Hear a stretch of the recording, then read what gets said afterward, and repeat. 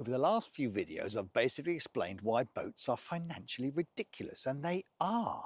Fuel has gone mad. Marina fees now require a small mortgage, and half the boats on the market haven't moved properly since COVID. And yet, we still want one, because boating isn't logical. If it was logical, nobody would spend 14 grand a year travelling slowly to another marina to eat overpriced fish and chips in the rain. The problem is people are still buying boats using 2021 logic. That market has gone. Back then everything sold. You could list a mouldy inflatable with a suspicious outboard and somebody would appear 3 hours later with a trailer and blind optimism. Now it's a totally different world. I'm seeing boats hitting the market now that have basically sat unnoticed and untouched since COVID. Dead batteries, stale fuel, water ingress in the fuel, electronics having emotional breakdowns, and every advert still says, just needs a few small jobs. Of course it does.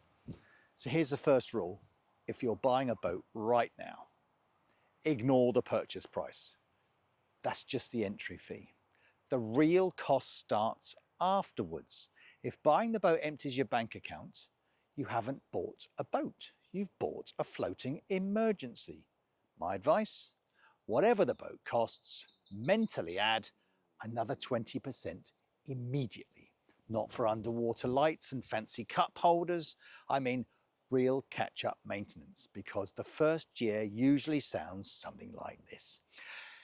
The batteries are tired, the bilge pump ain't working, the trailer brakes are largely theoretical, and the engine service was done by Gary in 2019.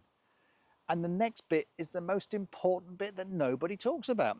Don't buy the boat based on how excited you are today.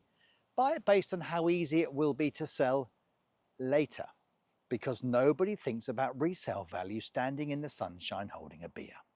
One rainy October later, after a marina invoice arrives, suddenly everyone becomes a very motivated seller. So what actually sells?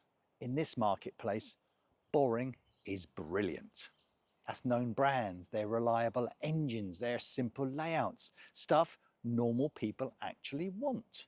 6 to 7 meter ribs still make sense. They're easy to tow, they're easy to store, they're easy to sell.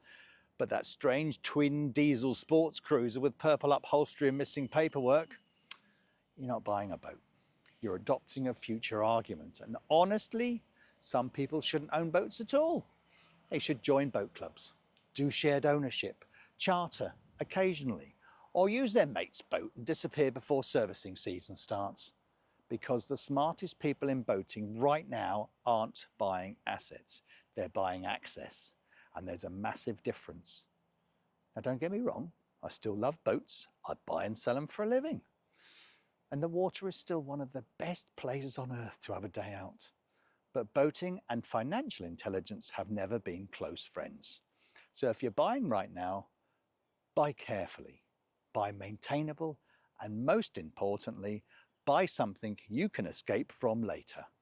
Because the boating lifestyle is brilliant, but the maths of boating, absolutely horrifying. I'll see you on the water.